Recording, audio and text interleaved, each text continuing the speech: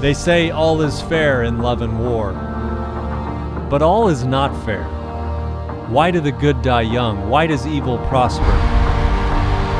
People who knock these buildings down will hear all of us soon. In this series, love and war find their beginning. Only by knowing their past do we get clues as to how the story ends. The Bible does give President Trump moral authority to use whatever force necessary. Perhaps we need some outside universal threat to make us recognize this common bound. How quickly our differences worldwide would vanish if we were facing an alien threat from outside this world.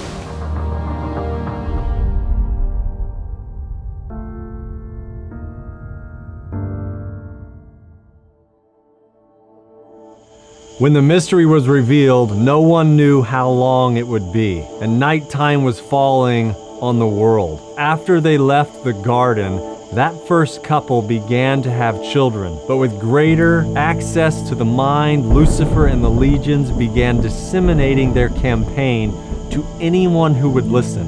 And eventually, one of those sons rose up and killed the other. As more children were born, they would choose sides in the war. One side believed liberty was only granted with self-control and self-government, and the other believed that liberty was license, and to follow desire was the highest ambition.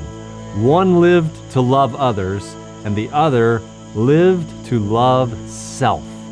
And with each passing generation, it became clear that unless something drastic happened, unless there was an intervention, mankind would become extinct.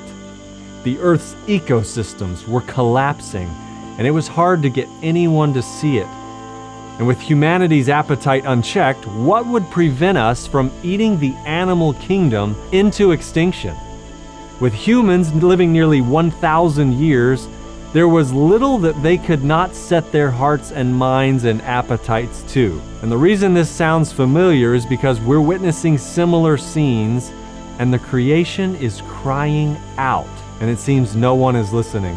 We can only live so long for self without any regard for others until extinction is the result. There are only so many trees to cut down to grow food for animals that we will eat until finally collapse happens. You know, in those years after the garden, selfishness was rampant. Greed, lust, violence were out of control, and man gloried in his works, his things, his accomplishments, himself.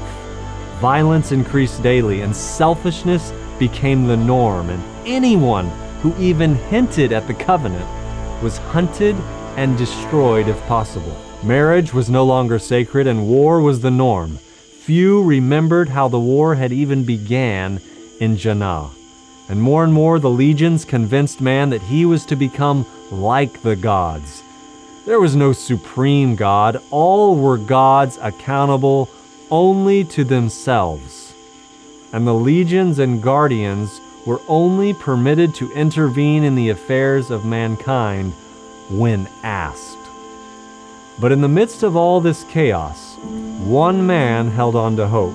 He lived in accordance with the covenant. He believed love and kindness were more sustainable than violence and selfishness. And finally, he was warned in a dream that without intervention, mankind would become extinct. He was warned of a coming climate catastrophe, a global storm. You know, you have to remember that the entire Earth was a tropical paradise, a perfect climate everywhere. All life was watered from beneath, and man had all he needed to live a long, healthy life. They could do anything they put their minds to. Their civilizations and technology, many believe, were far advanced of anything we see today. We know they began to venture into bioengineering and splicing DNA together, and chimeras and animals for warfare, harvesting organs for immortality. Anything they could imagine, or at least thought they were imagining. You see, with abilities beyond our realm, the legions have the ability to instill thoughts and ideas into a mind where we are very prone to believe that we are the originator of that concept or that idea, but in reality, in many cases, these ideas are being given to us by Lucifer and the legions, and yet few realize what's really going on. This idea, it's gaining wisdom today especially, that we're going to get knowledge from intelligent alien life. This is nothing new. Humans were just as prone to the idea thousands of years ago that if other forms of life have been around longer than us, then of course they know more than us. And since we're always progressing, always evolving, then of course they are light years ahead of us. But there was a price for this wisdom, and that price was allegiance, devotion, war, worship, whatever is requested. And the Legion race, they're playing this long game, while we humans, with our finite minds, we're too often thinking with our short lifespan on the earth. It's really not fair. And for nearly a century, the Guardians were teaching the craft architect. And with these revelations, he shared with anyone who would listen how they could escape the coming crisis. This climate catastrophe, this cosmic storm, was nothing like our world or any world had ever seen. Water from just beyond our atmosphere began to fall like rivers through the firmament. It shot up from the crust of the earth with equal pressure. The winds picked up, the waters began to rise, waves began to form. And then there was the shriek of the hurricane.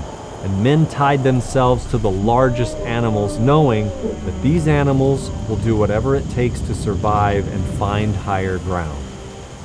And then the Guardians were sent to protect this craft that had been built with few survivors and animals who were inside of it. And those inside were filled with terror.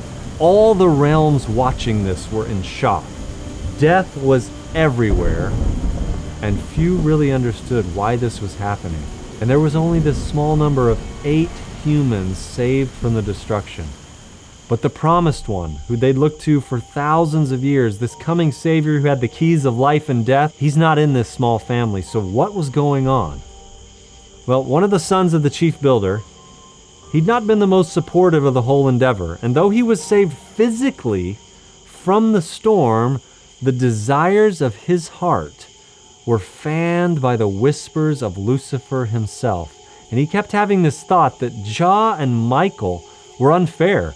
Lucifer told him how man was on the verge of greatness just before the storm. And this son, who we know as Calm, was separated from this small family, and he and his wife and son began to build an empire with a tower at its center that would, if possible, allow them to escape Earth and enter the realm of the gods. They knew that there was this secret. If they could just escape Earth, they could colonize Jannah, and if possible, attain to their divine calling, which was tearing Jah from the throne and taking what was rightfully theirs. This tower was unlike any structure ever built before or after. 20 miles at the base, all of Calm's descendants were required, and we could say forced, to help build this metropolis. But they were giants, believed to be 18 feet tall at this time. Lucifer is inspiring them at every step of the way. And his legions are assisting in the building with their strength, their wisdom. Everyone believed this was going to be possible, to make a tower that would pierce through the atmosphere. There's talk of space elevators today. This was like a space staircase. And then the Guardians were told to go down and confuse their language. And the result led them to stop building the tower and to spread out all over the earth. And without that, what was really going on was the building of a metropolis with the desire for global domination by force, and ultimately Lucifer's attempt to recreate the city of Jannah on the earth. When men like Nimrod realized the Guardians were actively engaged in the affairs of man, he and others began to yield their bodies and minds to the full possession and control of the legions. They would then build these temples and offer sacrifices to these supposed gods. And the humans would use hallucinogens that helped them completely turn off any ability to resist the possession of Lucifer and his followers. Lucifer offered these men power, sex, wealth, pleasure, in exchange for devotion to his cause. But man believed he was worshiping advanced beings from other realms, or fallen war heroes, with greater power than any human had yet attained, and yet they didn't really understand the full story yet. When we hear reports of ancient visitors to this planet like the Anunnaki and other intelligent beings, could it be that these are just names for this fallen race of beings from Jannah? They'd often change their names, but it seems they always were the same. These legions posing as gods under the names of Baal, Ashtoreth, Zeus, Chemosh, Marduk, Milcom, Moloch, Ra, Anubis, all the gods of legend and myth. And then they'd tell men that they were fallen heroes of ages past, or visitors from other realms or planets with advanced knowledge that mankind had not yet attained to. And they'd often appear as these huge beings, far superior to man in strength and knowledge, and they'd reveal their secrets of technology totally foreign to man. And with their understanding of the laws of nature, these beings could manipulate the weather. So you can see why we have these myths and legends of the gods of thunder and rain and lightning and earth and sky and sea. And there are some writings of the oracles in history that describe how these gods are going to one day return to this earth, to the great cities, to perform the same apparent miracles that they did in ages past. Some of them masquerading as heroes or beings from other worlds, just like they always have. And is there anything we've been told so that we're not deceived by this coming deception? Well, there is this one idea that is almost universally accepted today that prepares the world for the arrival of these beings. That is the belief that the dead are not dead. See, most people today believe death is just this passing of the soul from this realm to another, and that the souls of the dead can visit man and reveal secrets and mysteries to us. There is no greater bond than love. It is the strongest of all emotions. We can't understand it intellectually. It can only be experienced. And Lucifer knows of its power. See, it was his job in Jannah to reveal this principle, which we would call the covenant, to all realms when he was the chief ambassador in Jannah. But Lucifer, the light bearer, abandoned the covenant and twisted its meaning, and he proudly promotes his policy and campaign slogan today that license is liberty and that love is desire. Up until this climate catastrophe of the deluge, death had been a total mystery.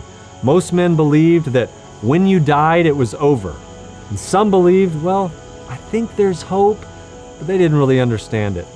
And Lucifer capitalized on this, but even he didn't fully grasp it. He wasn't sure if death was eternal or if man would somehow be recreated, somehow, some way. Well, regardless, he took matters into his own hands and he began to have his legions make it appear as though relatives were coming back from the grave to reveal secrets hidden from mankind, when in reality, it was just the impersonations by Lucifer and his fallen followers. And slowly and gradually, the majority of mankind today believes this phenomenon to be true. So we should ask ourselves, is there any danger to believe this? For billions of people today, the idea of a loved one staring down or visiting from paradise is a thought that seems comforting. But if death is just a door into the next life, then why do we sustain life? Why do we fight so hard to live? Why would we live in light of the covenant? Why love at all if you can just enjoy being selfish? If all we need to do is die and then go into the next life, what prevents us from just wanting to find that escape? Get all you can out of this life by whatever means, as much as you can, and then enjoy the next life as soon as this one ends. Live however you want. Jannah is your home. This is the lie. This is the campaign motto of Lucifer. I remember when my dad died a few years ago, it was like a part of me died. And the worst part of death is wishing you had done things differently when somebody was alive. And I recognize now that I totally took my dad for granted. And months after, all I could do was dream about him. It went on for years, to be honest. I just wanted to see him. I just wanted to be with him one more time. And when we lose someone we love, this is often how we feel. We would do anything to see that person. I kept having these dreams, and I didn't know what was real and what was not. But if we understand the teaching of death based on the sacred writings, death is in reality like a sleep. And our loved ones are at peace, not looking down on us, not seeing our turmoil and pain, not coming back to visit us, not being tortured in some flames of an imaginary hell. But that craving to be with them, that is real, and that is almost overwhelming sometimes. And for many in the ancient world, they begged for it. They wanted this experience, and they went to mediums to talk to who they thought were their dead relatives. And let's be honest, that's just not in the ancient world. We see it pretty much in everything Hollywood produces today. It's like a signature. You know, there's a story of an ancient king. He'd banished any communication with the dead from all the land. He knew it was just the fallen spirits masquerading as loved ones or visitors from other realms. And yet, Saul craved an experience, an emotional high that would satisfy his sorrow. So he goes to this witch, this necromancer, this medium, and he pleads to talk to a friend who had recently died. He knows it's not his friend who's conjured up in this seance, but he doesn't care, and he throws caution to the wind. You see, this is Lucifer's favorite method of deceiving people, and sadly, today, nearly the whole world believes all this is real, that we can communicate with those who've passed on. And this is leading somewhere, and it's leading somewhere terrifying, which we're going to talk about a little bit more later. But you should know this: the legions are highly organized. They have specialties in evoking emotions in mankind like strife, intemperance, unkindness, selfishness, greed, jealousy, passion, ambition, competition, appetite, lust, hatred. But the good news is the Guardians have specialties too. And as you can see, we clearly aren't alone. We are in the midst of a war bigger than ourselves. And what the legions couldn't do, Lucifer himself decided he must do with a one-on-one battle with the Prince of the Covenant. And we're going to talk about that in our next episode.